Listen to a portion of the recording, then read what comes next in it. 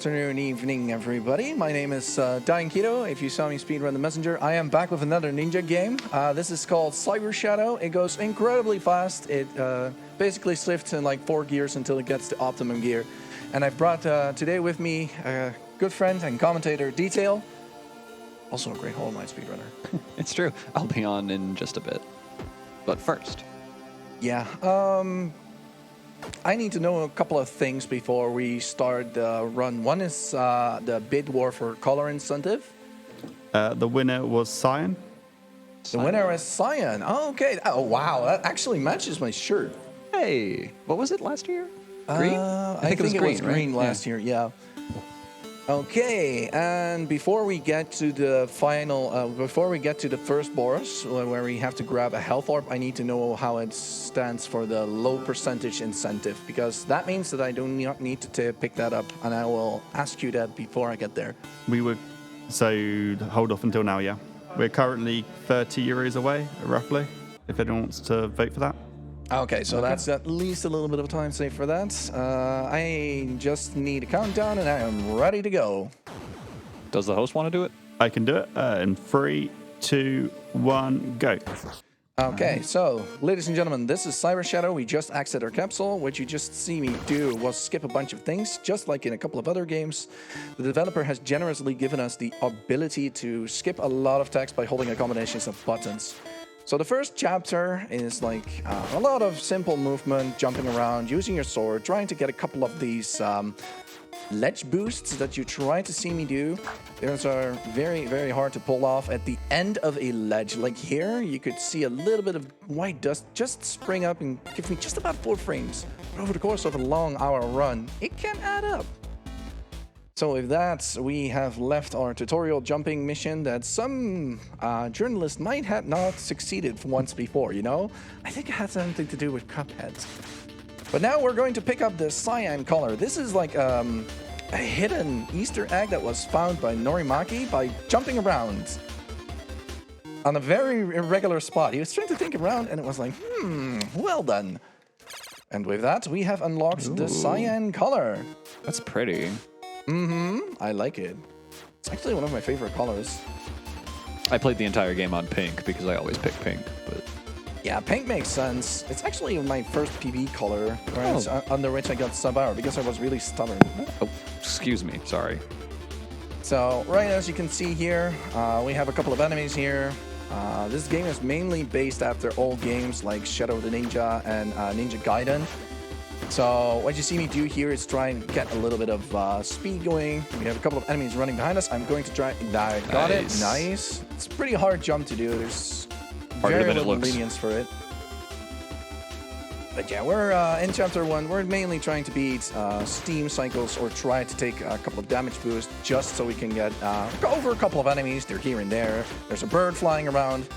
There's always like this bird in ninja games. I don't know what developers are always thinking, but birds are jerks, period. True. So they even drop bombs on us. Like, what is that? Yeah, that's true.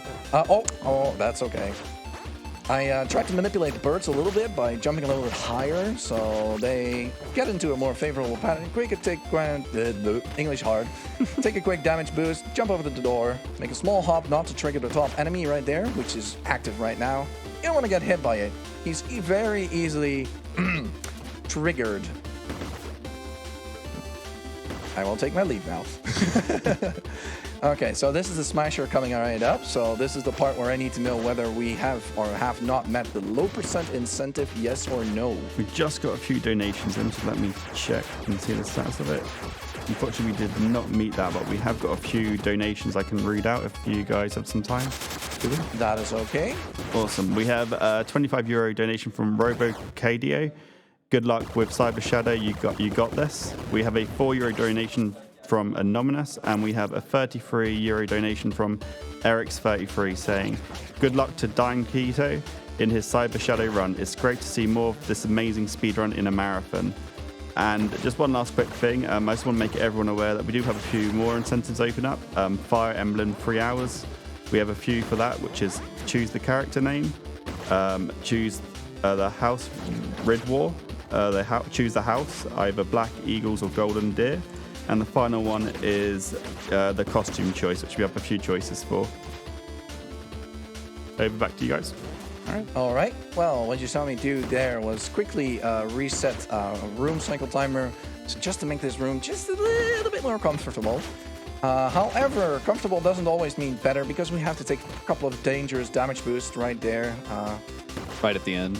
Yeah, I'm going to try and get 2 ledge grabs here. This is a very difficult setup for it. We got 1, got 2. Nice. Which means this is actually a really good... It's a good start. Yeah, not gonna lie, I'm pretty proud of this. Nice. So what you see right there is our master. Our master is the one we need to free, because in Cyber Shadow, our goal is to free the master. Our master has been captured by the evil Dr. Progen. For science, I guess? Science reasons. Yeah, let's just say science reasons. All right, wait, will you get the good thing? That's the real question. In this boss fight, there's a tricky little thing coming up. Lets us kill him just a little faster. Nice. Yes, the toe clips. That was textbook. Yeah, that was definitely textbook. So that was the Imperator. It's the first boss that gives you an extra upgrade called a Shuriken. However, the thing with this boss is once he's up in the air, you can't really hit him. There is one singular pixel that you can hit from a very specific standpoint, and it's really hard. Yeah, you can imagine and say, trying to hit a single pixel. Come on. It's tough. Yeah. I think you did it twice there, no?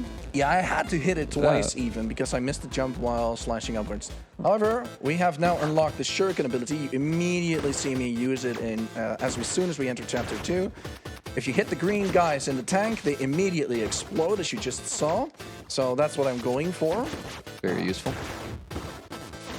Yeah, this entire part is a little bit cycle-based, so I try to meet very hard cycles. I mean, the whole game is like that, really. Yeah, I should have called it Cycle Shadow, like you mentioned. It's pretty amazing sometimes. So we got one over there, quickly enter the checkpoint, and then we head up to the bug room, and it's going to bug me. Yeah. This room sucks.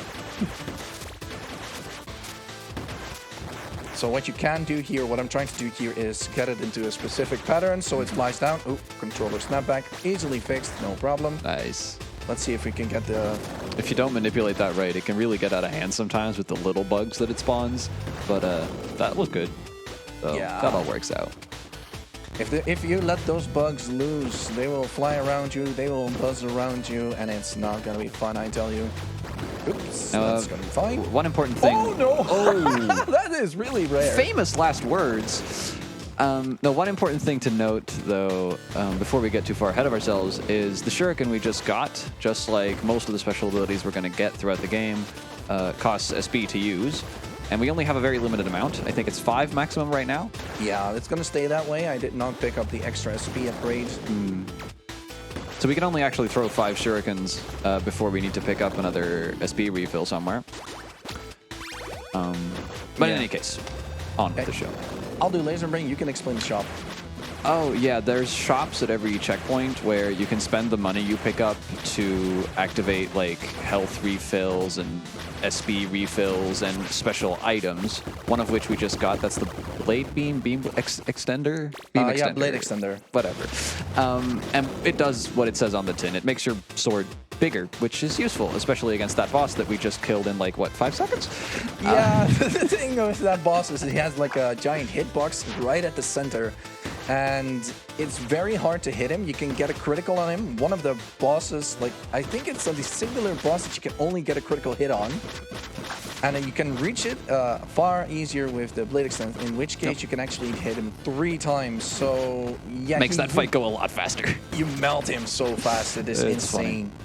Now, all of the special items that you can buy at the checkpoints are going to be very important throughout this run. Yeah. There's a couple different ones that we use for different reasons. We'll cover those as they come. But for right now, the Blade Extender is very straightforward, at least, so that's nice. But one thing to note there is that they do go away if you get hit 3 times. That's what that little vertical bar next to the item in the top left is. So we've already been hit twice in that boss fight. So if we get hit one more time here, Diane will lose the Blade Extender, which at this point isn't the biggest deal necessarily, but it would sort of suck. Yeah, at this point it's a convenience. It's uh-oh. That was scary. That snapback, it was like, ooh, hold on. This is just a big auto-scroller. And I see we have a donation, so I think this would be a good time. Yeah, it's a very heavy cycle-based room coming up. I need to focus anyway. Host, take it away. Perfect. We have a €15 donation from Demulant. It says, "Hello, Cyberdian. It's me, Intense Sigma. Good luck on your run. You are the best Cyber Shadow gamer because your name is Cyberdian." Well, that sure was a donation message. We appreciate it. Now, as Diane said, this room is very heavily cycle-based, more so than most, because of all this fire and the laser cycles that are going off at the same time. And, of course, there's the enemies that spawn in, and then there's the trash compactors. So it's just so much that you have to think about, and if you make a single mistake here, then it's going to catch up to you one way or another. And so right here, we're just climbing the trash until we can get up to the top there. There are a bunch of different, like, faster strats that you can do with, like, tight jumps or perfect cycles to get through that faster, but in any event, we're here at the Scrambler boss fight, which basically consists of 2 phases, but both of them are really straightforward. You just sort of stand at the right distance away from him to make sure he does the right attack, and then you just smack him until he dies. So it's nice and easy. Boom. Wait, Diane, he's not dead. He's not dead. You have to chase him. Yeah, but let him go. Let him go. He just wanted scrambled eggs. We've checked in a number of ways, but that third fake phase of Scrambler, you can't actually kill it. He just scampers off. He's got like ridiculous amounts of health to the point where it just doesn't do anything to hit him. No, it's not gonna work. It's really silly. But with that Scrambler down, we now have achieved, which is called a Rising Fire. And Rising Fire, yeah, it makes fire rise. It sure does. It's an upward slash that, if you have SP, releases 3 extra flames. And with 3 extra flames, now, our sword deals like 1 4 damage. Yup. You can deal with the sword swing and the 3 flames a whopping 4 damage. So it's a massive damage upgrade. But only above us, so it's a little tricky to use. Yeah, that's, I hope I can get the show that off at the next boss coming up soon. It's used on a bunch of bosses just because it does so much damage so fast. It'll be very helpful, at least for a while, until we get more upgrades. Now, right here, you're going to try to do something at the end. I think it's a ledge grab again. Yeah. Yeah, there's a couple of ledge grabs here. There's a setup for it. Nice. Good stuff. And all the damage boosts, very smooth. Just like in Ninja Gaiden, and a bunch of other games for that matter, but that was close. You have to turn around if you want a damage boost off an enemy and keep going the way you were, because you always get knocked backwards if you get hit. So you'll see Diane like do stuff like that, where he just very quickly turns around so that he can actually boost backwards in the right direction. Another ledge grab, very nice. And another one. Oh, you're killing it. You're doing very well on those ledge grabs. I'm actually ahead of time right now. That's kind of nice. Wow.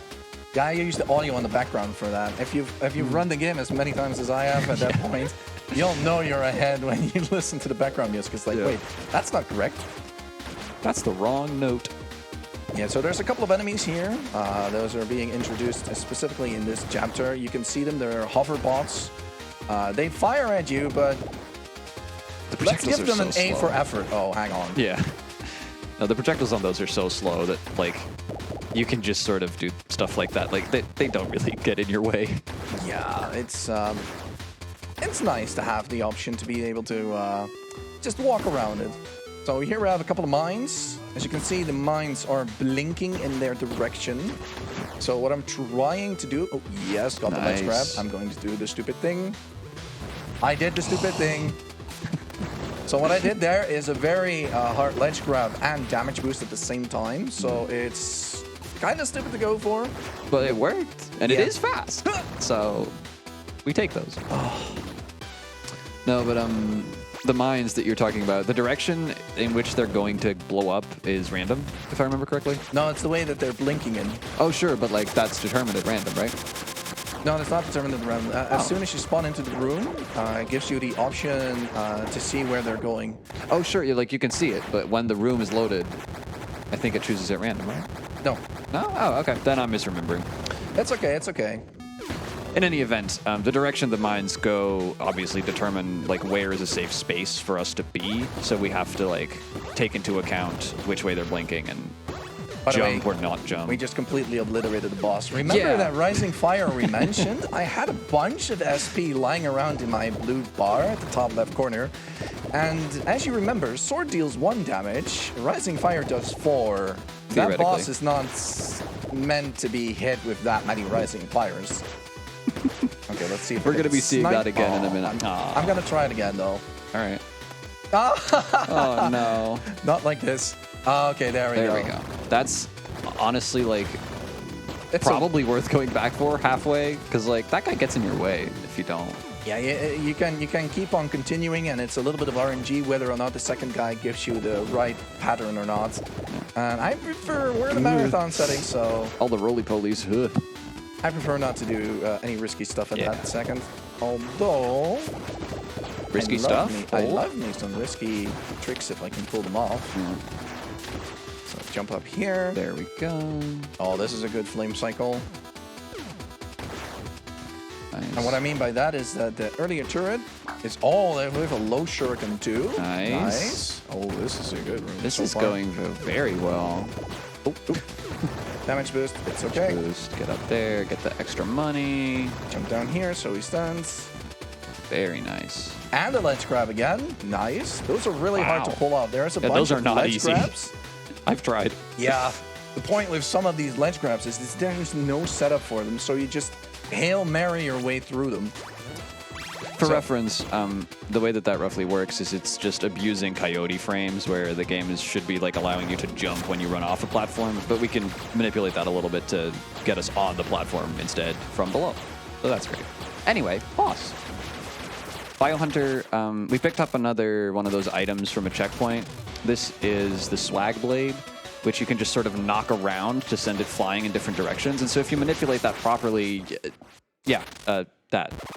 kills things very fast. Biohunter's first phase flies in the air. We can't reach him there, so we buy the Swag Blade. We pick him out of the air. We basically reverse hunt him. And that's the way we deal with him once we get more control of the Swag Blade, because it deals 2 damage, and you can stack your sword damage with it. Yeah. You just... It's good. Yeah. It's good. Biohunter is down. Now I have this floating thingy around me. I don't like this. I want to get rid of it. I shouldn't. Go get hit. It's not hard. No, that's not hard. The hard part is actually keeping this so it can do a silly 4-second time save. I hope you get it. In any event, defeating Biohunter gives us the Pogo, which I don't remember what it's actually formally called, but it's this downward sword slash, and it helps you bounce off of things. And if you have SP, you can press the button again to do that and just drop straight down with this big explosive attack. Very useful for going fast if you're going down, and also very useful for movements just around bouncing around enemies and all that stuff. Yeah, it gives me a little bit of a hop. It's amazing. It's amazing. Even just without hitting anything, if you just do it in the air, you already get like this little upward boost. It's great. So I'm definitely not going to abuse that now that we know that, right? Oh, no, totally not. Oh, no, this is a race against the monkey, and this monkey is Don't lose to the monkey. It's going monkey. You don't want to lose to a monkey live on Twitch. No. It's going to be fine. Look, here we are. Yeah, the monkey shrine completely obliterated it. It's pretty free if you know what you're doing. But in any event, that gives us yet another ability, which I think we can go over in a second. Sledding on walls. Yeah, we can go over to host in a second. I saw something pop up, so we're good to go. Yeah, we have another donation from Mini Sembrengo. It's a €10 saying, "Good luck, Dion. Don't let the dragon ruin the day." Oh, no. So you want to explain that new ability we just got? It's a wall climb. It's a wall climb. I can't make it any easier than that. Also, thank you, Mini, for the generous donation. It works the way you'd think it would. You can cling onto walls. It makes you drop a little bit slower, and you can jump off of them. You can just sort of climb up the walls. You don't even need 2. You know, it's not like a big wall jump from one side to another. You can just go up. So it's very useful. Obviously, we're going to be doing that just everywhere. It's a pretty standard sort of ability. Anyway, we just needed to go to the left there to hit that button. There's another button on the right, and when we hit that as well, that big door in the middle is going to open, which is where we're actually trying to go. Now this room... Oh, we're fine. That works out. Oh no! Oh As soon as I call it. no! Don't say that, Diane. You know better than to say that. I know, this is Cyber Shadow. It immediately retaliates. The game, The game knows. The game is listening. ladies and gentlemen, this game is actively listening. As soon as you say anything close, like, oh, this goes well, it's going to jinx you. Oh yeah. I have seen this hundreds of times by now. Not only to myself, but also other people running it. It's like, oh, this is going rather... Oh, never mind. Yeah, the game is just really, really hard and very unforgiving. So stuff like that happens all the time. You just miss by a little bit, and then everything goes to shit. Are we still on cycle for this? Yeah, we're pretty good. Okay. Well. All right. Yeah, nice. Oh, no. That is rare. Again. We get stuck in jail for a second. Yeah. Okay, so we've been introduced to Chapter 4, and in Chapter 4 what you get are these electrical stuff on the floor. It basically deals a ton of damage. We want to avoid it. We have these pillars that you can stab with your pogo. Oh no, really? Okay. Nice dodge. Yeah, he usually you slap him 3 to 4 times, and then he dies. Oh yeah, this. He was a rising fire here, a shuriken here. Normally you would go to the left and then immediately try to go for it, but you know, we don't deal with that. It's broken security, as I call it. Okay, this normally is in those sorts of Oh, okay. Wow, whoa. I went for a really okay. My reactions. It's called the Nutter strat. I went for it and I almost got it, but it did an extra pogo by accident. That's a shame. No, just real quick, those security sections in the computers, normally you'd need to complete this whole objective to actually unlock whatever door they're barring. But in this particular case, it's not quite coded right, and so you, after hitting the first button to unlock a door inside the security section, you can just leave and the door will already be open for some reason. Yeah, it's called shoddy security for that reason. So anyway, here we have these funny jellyfish guys. There's small ones, which aren't much of a threat, but then there's also big ones, which are much scarier. I don't like jellyfish. No. When they get hit by electricity, they zap everything around, and it's a hassle. It's very RNG based. Oh no. Ugh. Oh no. Ugh. Oh no. All right. Okay, we're good. We're good. That was scary. Yeah, usually this room is very dangerous. You try to squeeze in the gap at the lower part over here. So you literally, if you go for that trick, you can't miss a frame. But sometimes, you know, it happens that you can have one of those moments. Yeah. Actually, you did it on the practice run where we went through the run together. I think you got that strat there. Yeah. You got a bunch of really silly stuff in that run. Oh, yeah, definitely. Let's see if you can do it again. But for right now, like Diane said, Chapter 4 is all based around all of this electric stuff. The floor gets electric, the jellyfish get electric, the walls get electric, everything is electric, and it really sucks. The game is electrifying. It sure is. Here's one of those big jellyfish I was talking about before. Fluffy. Now, good Fluffy. The small jellyfish, when they get hit by electricity, they do this sort of arc attack between all of them where it chains the electricity from one jellyfish to the next. And the problem is the big guys send out these electric orbs. So, you know, they combo, and it can get really annoying when there's actually a source of electricity for the little ones. But luckily, none of them have too much health, so we just sort of walk through them and kill them as we go, which usually works out. Come on. Yo. Oh, that damage boost is hard. Nice. Good awareness there. Wow. Whew. Okay, that was a hard section done. Now we're up to Mecha Dragon. This is exactly what Mini warned me about with his generous donation earlier. Don't let the dragon ruin your day. This boss is full of RNG that's coming up. He spawns either on the left or the right. We have platforms to take care of, and I will do my utmost best to deal with it. This platform is really annoying in a way. So what I try to do is use as many rising fires as possible to deal as much damage as I can, as quickly as I can, while trying to still maintain at least a platform and a half. So if I stand around here, I would get, yeah. Unfortunate. What do you do? Just for your information, that item that's floating beside Diane right now is the blaster. I don't remember what it's formally called. Charge blaster. Charge blaster. It charges up over time, and when you do your sword slash, the blaster will fire its projectile at 3 different levels of strength, depending on how far it's charged. Again, fairly straightforward, just sort of a projectile attack. it does what it says on the tin. Anyway, Mecha Dragon's gone. Even when bosses don't go great, even when they're really hard and have a lot of RNG and they're really rude to you, this game is so fast. And if you know what you're doing, you can pump out a lot of damage. So even Mecha Dragon there, with the bad RNG, with the difficult platforms, it's just gone. Yeah. Right now, with Mecha Dragon gone, the Guardian of the Snake Shrine has been defeated, and we get to this crystal, which is hiding an upgrade, obviously. And the way to deal with this as fast as you can is to defeat the crystal. The crystal has a set amount of health. Nice. That was good. Just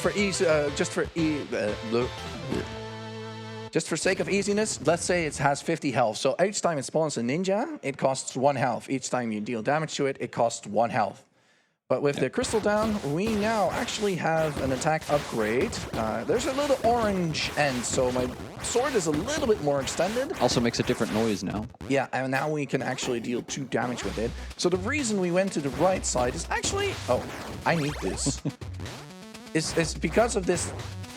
I'm going to grab this again. We just grabbed the item here to refresh its durability there, and then we got hit again, so we had to walk back. Yeah, it's this level 2 door. You cannot go around it. Nope. Need the level 2 katana for that. Yep. But the damage increase makes, as you can see, defeating those platforms a lot easier. There's a lot of enemies that this has really good breakpoints against, so that's great. Now, also just a quick note about the whole crystal and the ninjas in that shrine earlier. What Dyan was doing the whole time was killing the ninjas before they hit the floor, and that's actually a really big deal because if they do hit the floor, that's when they like properly spawn in and they get a bunch of extra health and start actually attacking you. But if you kill them before they like solidify, then they just die in 1 hit. And so that was a really good shrine. None of them ever hit the floor, which is what you want to see. So that's great. Now for VDS, this boss is a Cyber Shadow boss in that it is going to die very fast once we actually get past the barricades properly. Nope. There we go. I tried it with the cannon, but I'm not going to get through Chapter 5 with 1 health on the cannon. Fair, fair. So we pick up the shield instead. Quick instead. reset.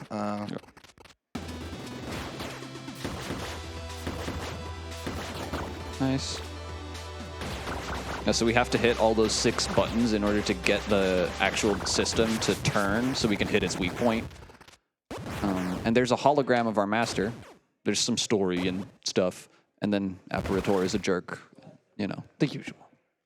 Yeah, that's the red guy who was like, oh yeah, you're so weak, I'm just gonna let you live with this shuriken. And now we've encountered him again and he's like, no, I need to protect this. Yeah. Classic mistake, honestly. Oh yeah. You're so weak, I'm gonna let you live. Like, seriously, dude, have you read any books? Have you watched any movies? I think they uploaded it to the brains right now. Fair. Cybernetics fair. and all that. Yeah. Anyway, that gets us the parry. Do you want to explain what that does? A bunch of damage. Okay, no, I'm joking. So it does. Yeah, it literally does. But it kind of works like in Street Fighter.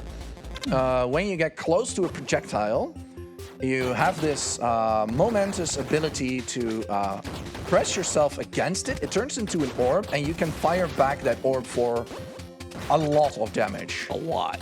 Like much. Like many. So what I did right now... Oh no, are you kidding me? This is rare. Okay. I'm going to name it, and it will happen that it won't happen. So I brought along the shield with me, which is to make sure I can get at least like a skip that's coming up later down the line in the run. But it's a very hard skip to get because you basically need the ability while not getting hit by anything during the entire time you're getting there. It's rough. No, also just to explain the shield here, it's a shield, right? It blocks things. Rare stuff is happening. And then when you swing your sword, it sends out a projectile, and that turns off the shield for a second until it recharges again. So it's similar to the Charge Blaster, except it doesn't like increase its damage over time, but rather it just puts the shield back up.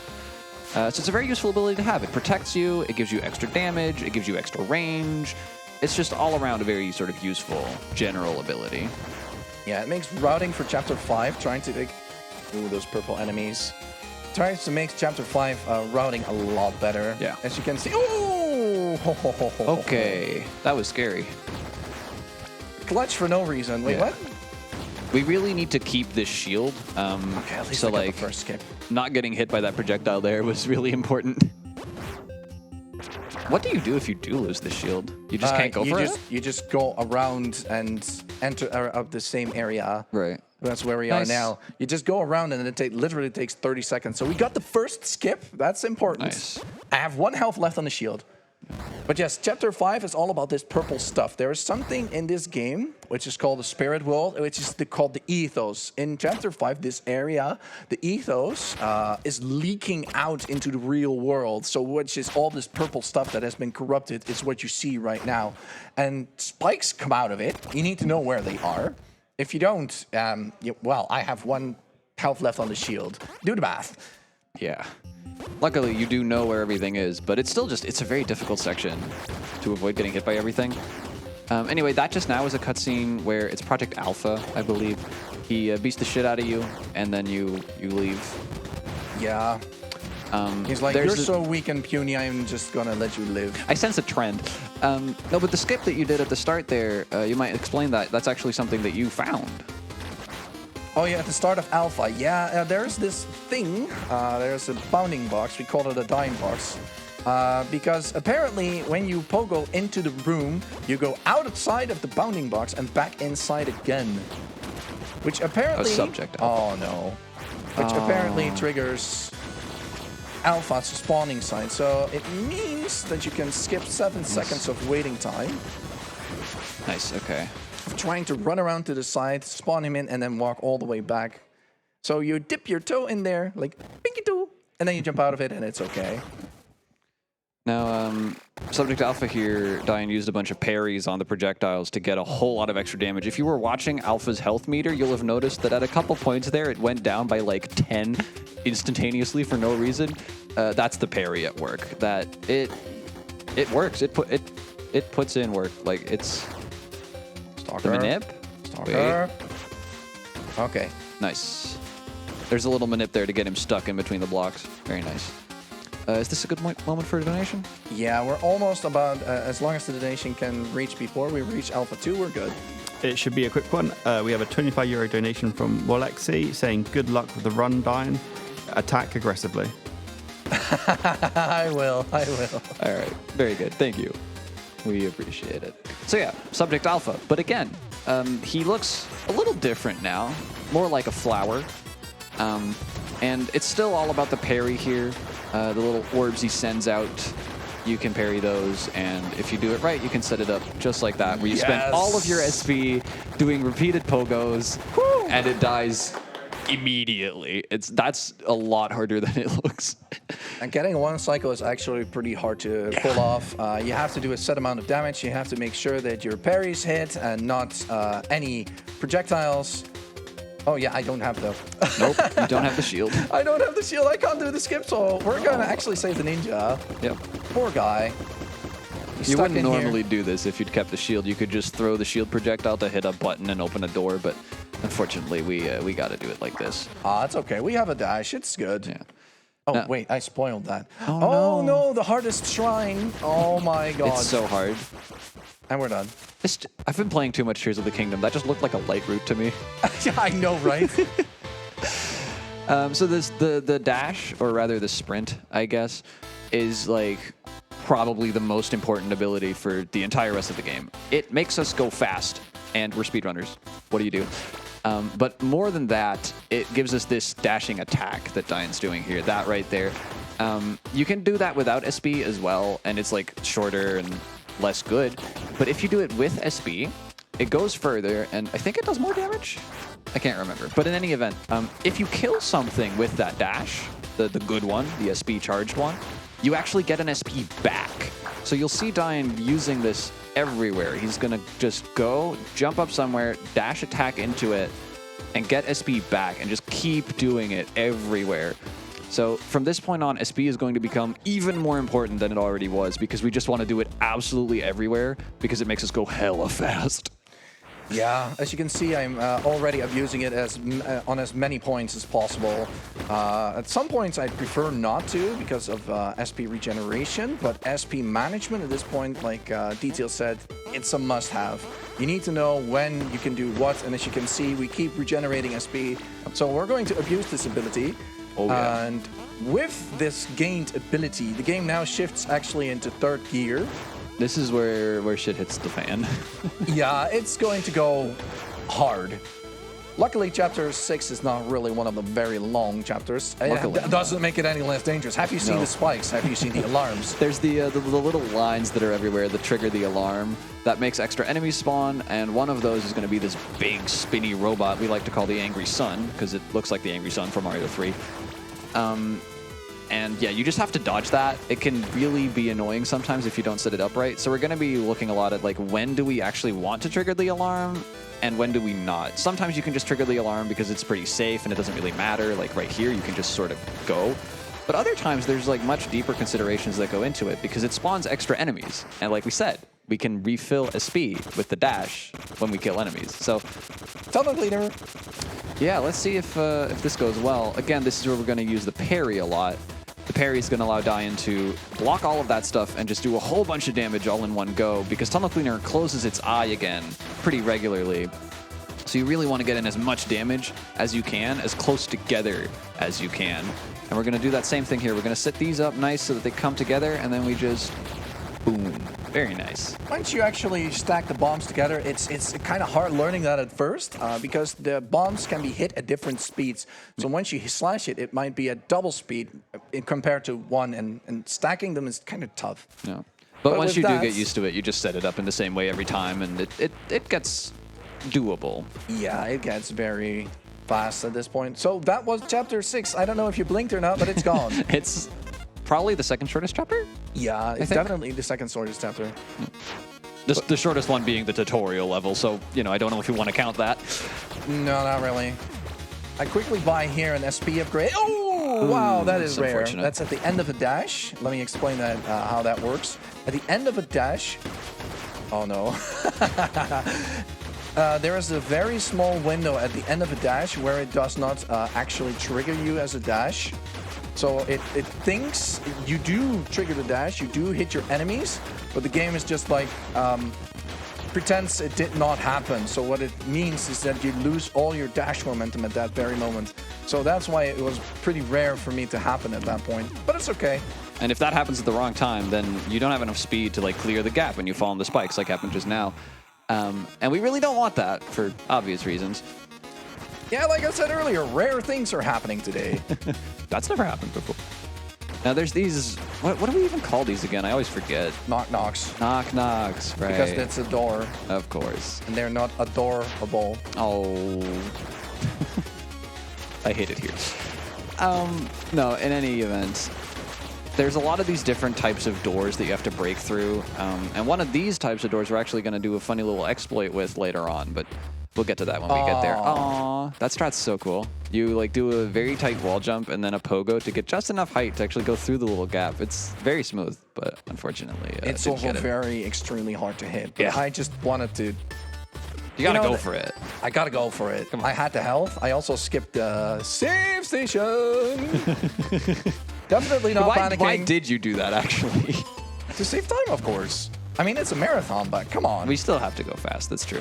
Now, we picked up yet another new item just there. That one wasn't from a checkpoint. That was just lying around in a box. Sometimes they do that. This is an SP dispenser, and it does what you'd expect. It gives you 1 SP back every couple of seconds at regular intervals. And so these, as you can imagine, are going to be very important going forwards because, like we said, SP management is the name of the game, especially with the dash.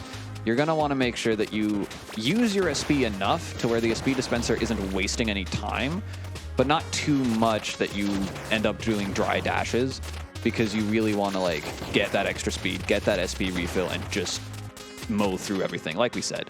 So this thing's going to help a lot, making that safer, easier, and also just giving us more SP to work with in rooms where we actually have the opportunity to use it. Like, actually right at the start when we got the SP dispenser the first time, there's so many enemies in that room that you can just sort of mow through. But the SP dispenser makes an important breakpoint like halfway through, which is very helpful. So we're going to mostly be using these from here on out. I think we still pick up something else later as well, don't we? Or is it just the speed dispensers from here? Mostly as speed dispensers. Yeah. In the event, here's another one of these security sections. In this case, we actually did finish it because this door doesn't just open the way that that first one did. Yeah, it's important to note there were four orbs floating around the lock there, and you have to beat the lock to actually get the electricity open to this door so we can enter in the Dragon Shrine. Now, I'm going to be skipping here a bunch of text, so if the host has anything to say, this is a great time. Perfect. Yeah, we have another donation, €5 from Killer Chair, saying, "Help, I can't stop drawing out to this 10 out of 10 soundtrack." And then I also just want to remind everyone we still have some open incentives. One is Hollow Knight Talk to Elderbug, and then we still have 3 for Fire Emblem Free Houses, where you can pick the character name, the house, or the costume. If you'd like to make me lose 7 seconds later, the Hollow Knight one will do that. Anyway, the Dragon Shrine. Yeah, so what the Dragon Shrine does is it basically enhances all our abilities. We've been given our orbs. We've given our orbs to the dragon, and in exchange for our life and death, he will actually just enhance all our attacks to complete our mission. Hold on. Okay. Nice. Now that does a whole bunch of stuff, so I'm just going to go over it real quick. Yeah, I'm going to have to mainly focus on this. Exactly. So every ability is upgraded. The wall jump now also just gives us straight up a double jump, which you can see Diane's using here. We can now charge up our sword slash to get to level 3 damage as opposed to just level 2 like before. That's not going to be too useful generally because it's pretty slow for actual boss damage, but we will use it to break open level 3 doors because, you know, we do need to pass through a couple of those. I can't remember what the dash actually does. Gives you a Shadow Dash ability, so if you dash, a charge dash through an enemy, it will protect 2 extra ninjas to deal a bit of extra damage. Right. Well, that usually won't make much of a difference on these sorts of little enemies, but against bosses, I'm sure that's useful. Then Rising Fire, you can see it right here. We can also now charge up Rising Fire, so it's going to turn into these phoenixes instead of just regular fireballs. That just does more damage and goes further, if I remember Rising correctly. Phoenix goes further, does more damage. Yeah, that's about it. What am I missing? Shuriken. Right, we can also charge up the Shuriken now, and English hard. If you do that, then you're going to throw a kunai instead of a shuriken, and that kunai is going to stick into things and then explode after a little second. So it does a whole bunch of extra damage, which is useful enough in a couple cases, but not like the biggest of deals. And then there's the pogo, which I also can't remember for the life of me what that does. Generates a shield. You only get to see that at the end of the game. Yeah, it gives us a little shield when we do it. That's right.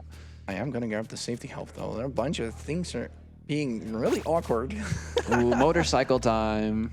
So motorcycle time is basically another auto-scroller. Takes a bit of time getting used to, honestly, because the screen goes fast. There's a bunch of enemies that deal a lot of damage. There's death spikes. I mean, at this point, if you haven't seen the death spike yet... You've not been watching. Yeah. What do you expect? A bouncy castle? No, but this section's actually really interesting because it is just an auto-scroller, and, you know, we can just fire this really strong gun, and that's about all there is to it. But the movement itself is pretty interesting because while it is an auto-scroller, Diane here still has left and right control. He's automatically moving right along the track, but he can speed that up or slow it down to essentially move left and right relative to the enemies and everything else that's going about. So you see him move like this. You still can do that, and even while in the air, you have that same amount of control. So Diane's gonna like do a bunch of strats where he just like jumps up over things and speeds up a little, then slows down again to get more distance. All this stuff. It's just a little of like, where do you actually want to be? You have that bit of control, and that actually really tripped me up the first time I did this, because I just didn't realize. And so I took my hand off the control stick completely when I was playing this game casually, and that made some of the jumps that you have to do so tight because you're not going fast enough. I just didn't realize you could do that, and so this was really frustrating the first time. Yeah, it takes a while to discover. I also encounter a bunch of people who forget to realize that the bike actually has a charge. Exo can charge while you're on the bike, and it significantly speeds up your progression. It's a very strong attack if you do charge it up. Exo is the name of the bike for reference. It's this little transformer-type robot. So we're going to see robots in the skies. Exactly. So we're going to see Exo stand up on some legs in a second here, too. But first, we gotta there it is. We gotta eject the airbag. Why is it just like a bowl? Because it looks like a turtle-shaped airbag. It's like one of those hamster balls that they have at pools, you know, where you get to like roll around on the water. Oh, those are so cool. I've still never been in one of those. I'd love to do that sometime. Okay, this should be okay. All right, let's see it. No, it wasn't. But we have a backup. Oh, nice. So that's that exploit that I talked about earlier. You'd have to just kill that door, get through all of its hit points normally. But if you manipulate that enemy to go behind the door, because it just goes through walls, then do a dash like targeting that enemy, you can actually go through the wall if you're precise enough, or through the door. And like that is, again, a lot harder than it looks, like everything else that's going on. Yeah, you have to manipulate their position. There's a certain setup for it. It's tight. Eric's actually found that setup for it, and since then nobody's actually been using anything different because it makes it so hard to predict where enemies go. So we use the green guys that zoom in. They spawn in at a certain point in time. And we just get the correct distance for it. And this is also the part where we have to attack aggressively. This is the gunship. And this is a Contra reference because you need to attack the gunship as aggressively as possible to deal as much damage to it. But we know where it's going to spawn, so we're way ahead of it. It thinks it can escape us, but we're just barraging it with a bunch of bullets, and it's down. It's the same pattern every time, so Dyan just basically plays a mashing minigame here. A coin! A coin! I almost sacrificed my life for a coin. No, so this whole section is where we're riding Exo again, but instead of being in bike form, this time she's in robot form, and so we're like sitting in this little cockpit. And we've got this even more overpowered blaster now, so that's great. Woo, funny jump. You got the funny jump. Yay! That's what, 1 frame? Yeah, it's 1 or 2 frames ish. You just basically jump when there's a text box, and that's it. It's silly, but it's fun. Oh no, you took damage. Oh no, I took damage. I mean, I certainly would not expect this checkpoint here. What would you say? All right, time for a parrier. Not you again. Come on, we've seen you like, what, 2-3 times already? Two times. This is the third. This is the third time. Oh yeah. And it's not over yet. Parrier fans are in for a treat later. Yeah, it's but a scratch. I lost an arm. We're in alarm mode. It's in any all event, we got slashed with a sword, electrocuted inside a robot, and then blasted with what I can only assume is an orbital nuke. But yes, it's still a parrier, so we still have 1 health. Because seriously, people, this guy, he just doesn't get it, does he? Anyway, no. Exo's dead. Unfortunately, rip Exo. Now you're gonna pick up. Wow! Whoa! Wow, that is 20. Okay, so that is so incredibly rare to actually get a dash that does not kill or damage an enemy, and I get it like twice in a row. 3 times. That last one as well. Oh no! What is going on? This is some marathon type shit. Yeah, this is definitely marathon gimmicks going on here. Oh, that was silly. All right. Anyway, like we talked about before, we've got an SP dispenser. We're going to be dashing. We just want to use our SP as efficiently as possible. But this level, just like before, we've got this alarm and the angry sun. So it's the same thing I was talking about before, where sometimes we don't want to trigger the alarm at all, sometimes we want to trigger it because it doesn't matter, and sometimes we want to trigger it because the extra enemies help us dash. So depending on the situation, we will or won't trigger the alarm for one reason or another. This level right now, this chapter, is basically just a callback to all the previous levels. There's a bunch of old mechanics returning, like the growing purple spikes, the alarms, all this other stuff. Except now, the main difference in level design is that there's usually a gaping pit.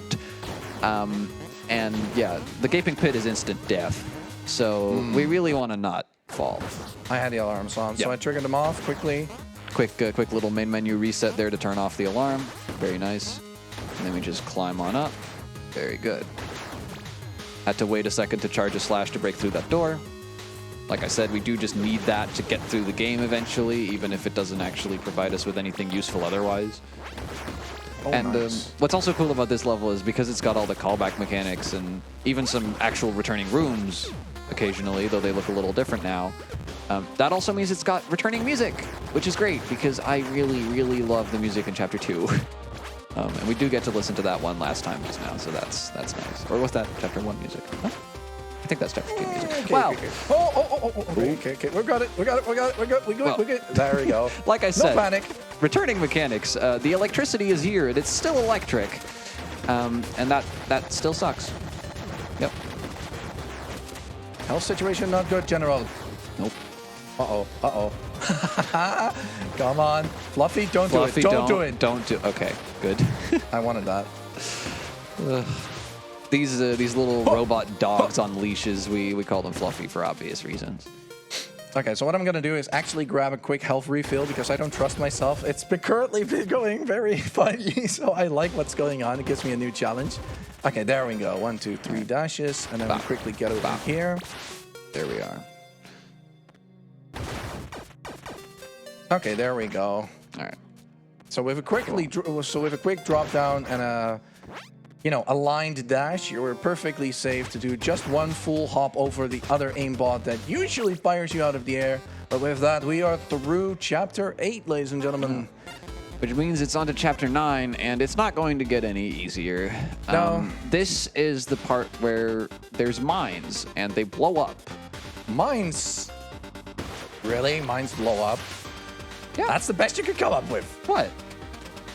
Listen, I say things, and usually they don't make sense. But Mines sometimes do they blow do. up.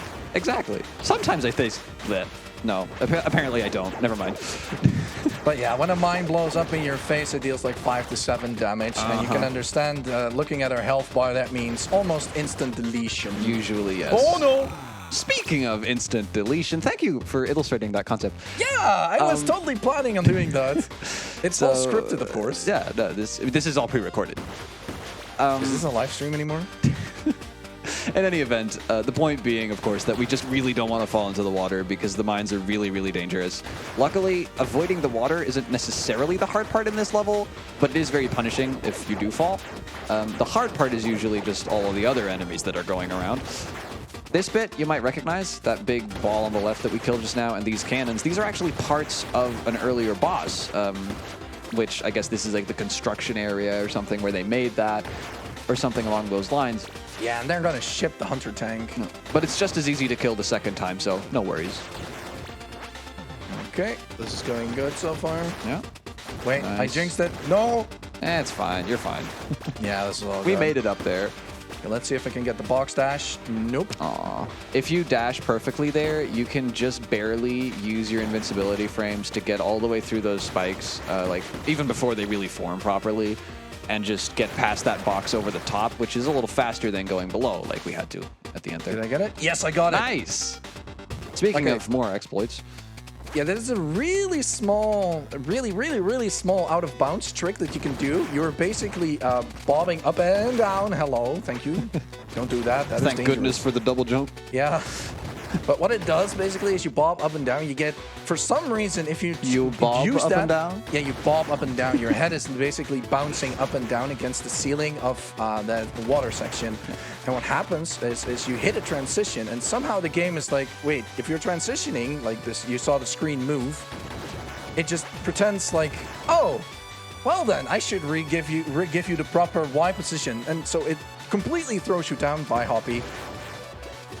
AI is so wonderful. Yeah. So in any case, all of that to say, the out of bounds lets you start this ship section a little faster than it would otherwise. Otherwise, there'd be another little fight with some enemies in the dock, I think, before you get to start this, which should be slower, so we do this instead. Now, coming up, there's an enemy that either does or doesn't spawn immediately. I actually didn't pay attention this time because it already passed. I don't actually... Let's wait for Bob anyway. Bob is a diving instructor. He's got many plenty hobbies. to teach us. Yeah, it's about trucks. Look at that dive. It's all in the form. It's all in the ship. Did you see how he rolled forward? Be the ball. I think that's what they say in professional swimming, right? Become water. Anyway, I think this is a fine time for that donation that we've got over there. Awesome. Actually, Combinatron is coming up. Oh, right. Never or mind. maybe not. But yeah, I'll or try. maybe not. But we'll give you a minute. Combinatron is this boss. Oh. Yeah, well, we get to see Combinatron. That's also fun. There is a way to skip that with a really precise jump and then an equally precise dash. You can actually just get out of the arena of this fight just barely and never trigger it. But as you can see, it's not even that much slower because I don't need to explain to you what Combinatron does. He's just dead. That's all he does. Well, yeah, we can explain it. Basically, he has a hit point. You parry the rockets, and he melts. You use Rising Fire, and he melts. Just like all the other bosses before him. Yeah, but now is a good time for donation. A couple of hard rooms so I can focus. Awesome. We have a €20 donation from Anonymous saying, let's get you to 2,700, which it did, which is awesome. Back over to you. Very nice. Another little goal met. Now, throughout all of this, Dyan's focusing pretty heavily here, but again, it's all about that SP. We've still got the SP dispenser. We're still using it for dashes, all the same. But we're also using pogos and the faster downward pogos to go down really fast when we need to. We're using the double jump to position ourselves correctly. And as you can see, if you haven't noticed it before, when you actually get that dash to kill an enemy, that doesn't just give you an extra SP. It doesn't just make you go fast. It doesn't just give you another dash. It also gives you another double jump. So, like, you can basically fly as long as there's still things to hit. And so that's really the way that section worked just now. There's this giant bottomless pit, but there's a bunch of flying enemies. So it's fine. Yeah, Chapter 10 is all about electric floors and spikes and voids. So there is only death waiting you on the floor. The electric floors aren't one-shots, though, are they? They are. Oh, damn, they still are. Okay, the electricity is leveled up, clearly. Yeah, they hired an electrician this time to do their job for them. I mean, from the looks of it, I'd say they did a pretty terrible job. I don't think the floor is supposed to electrocute people. In any case, you've seen these sorts of doors a couple times now. There's just a little button you have to press, and then when you do that, the door is going to slowly open through multiple stages, and you just sort of have to wait it out, and there's usually enemies around to bother you while that's going on. This is Spider Rail. Let's see if you can... nice. So here is actually where we get to use the kunai. Nice. Yes. Very good. So, like I said, this is where we actually use the kunai, because the kunai explosion that I explained before, the charged shuriken, can actually just damage Spider Rail straight through that armor on the main eye. Yeah. And so by combining that with parries against the projectiles and just well-placed sword slashes and good timing on when you actually go in for an attack, you can deal a lot of damage to Spider Rail all at once, which is important on this boss, like it was with other bosses before, because it closes its eye again and armors up again very regularly, and it's only vulnerable for a little time. That's unfortunate. This section's really difficult. Extremely hard. You see rough. all these purple enemies here? They get in your way. They are all RNG. They are all RNG. You cannot manipulate them. It sucks. So you just basically have to go for it. There are a couple of safe strats that you can do, but it's still extremely hard because you somewhat have to rely on them. No. So I try not to. But as you can see, we can double jump with the pogo, and what that does is, well, we can jump again. Yep.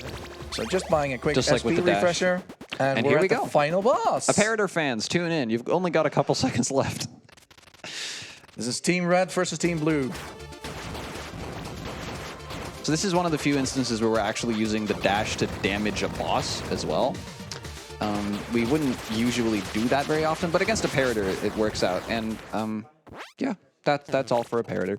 Yeah, then there's. I'm sorry, ladies and gentlemen. This is all I can give you for Apparator time. This is Cyber Shadow in a nutshell. It's a bunch of hard movement where you fall down a billion times and then the bosses just melt away. If you know what you're doing, like I said, they die so quickly. It's amazing. So this is ProGen Phase 1. That was ProGen Phase 1. I wish I could give you more than he melts away, but that's really the theme we have going on here. This last fight, there's a little more going on. There's all these big projectiles, and what you're supposed to do is use these floating balls of light that spawn when you hit the orbs on his body to spawn platforms that help you get up and actually damage Progenitor. But by combining the double jump and the pogo and all this other stuff, we can actually make it up all the way to ProGen's body proper without needing to do that. And yeah, that's that. That was actually the final boss of the game.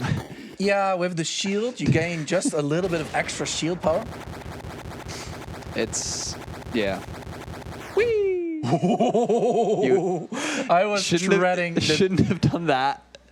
No, I shouldn't have done goose. that. Okay. There's a death plane there that you can skip a little bit ahead of, but you just need, you know, it's such a small area. It's a marathon, so we're playing it safe.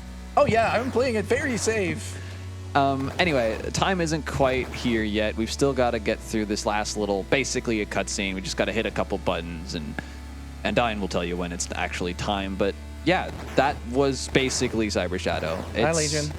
It's a really fast game, Legion and it's there's so much stuff that we could say that we just don't have time to. Hi, Legion. Pat, pat, pat, Hero pat, of the pat, game. pat. Hi. If it wasn't for him, we'd be falling to our deaths right now. Probably, yes. No, it's a really fast game. All the boss fights go by in the blink of an eye, and the level's almost the same. It's, if you know what you're doing, and Diane does, it's so quick and it's so cool. I don't want to be a Super game. Saiyan. Super Saiyan time. Woo! We were Super Saiyan before, but now we're Super Saiyan. Okay, I make one bad pun. Fine, I get one. I did not get the pun. That's the worst part. Super Saiyan. Oh. Because we were Saiyan. Yes. Because of the incentive. Yes. Or, well, the bid war. Oh, time, by the way. Yeah. Oh. A little late, but it's fine. Sub 59, let's go. That was a good showing. Wow. It stays hard no matter how many times I've played this game. I've put over 500 hours in it. My sum of best is around a low 53, and my PB is like a high 54. And as you can see, a single mistake will lead to the entire run just going, ah! Because everything is about the cycles. Everything is about managing the SP, and it's just, everything just goes to shit so fast. I just love the game. It's good. a real challenge. If like certain rooms, if you go through certain rooms, it really gives you that energy rush with the dash and everything. Exactly. Like Chapter 8 and Chapter 10 are full of them. You basically fly through an entire room, and people look at it and be like, "What did you just do?" It's so cool. And it feels the same for you as well when you do it, and it's so amazing. It's great. I can't recommend this game enough. This is a classic right here. It's not old, but it is a classic. Yeah, they did really well in the execution. It feels really good in the hands. Yeah, of course. My controller flipped a little bit. Of course it does that on a marathon day. What did you expect? Of course. In practice, everything is perfect. Magical Christmas land. Anyway, I got the PB in the messenger early. I think this makes up for it. Yeah. All right. That's I think that's just about all for us. A bit later, I'm going to be on running Hollow Knight. But I think we have some other runs first to fix our scheduling a little bit, if I remember correctly. Do you want to do a couple of shout-outs? I mean, I'll be on in a minute, so I can do mine then. Okay, I'll do mine. I generally love the community around me, and with Cyber Shadow in general, love the Cyber Shadow community. Thanks again for Mini, Eric's, Turkey, Surahusk, Schnaufy, all supporting me throughout like a multitude of these runs. Did I mention Mini? I probably did. You did. Okay.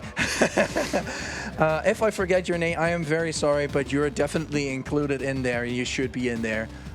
You guys have supported me. I'm going to try and get a 53 this year later on. If you liked what you see, well, the 53 is waiting after the Battle Network collection, but it will be on twitch.tv/Dyanketo. Everybody, thank you so much for having me. I will always love this game, and I always love showing it off. And with that, I am done. Yeah, over to you. What an amazing run, and thanks everyone for the donations. Up next will be Linkmeister on Contra Rebirth, and I'll be handing over to Zelda.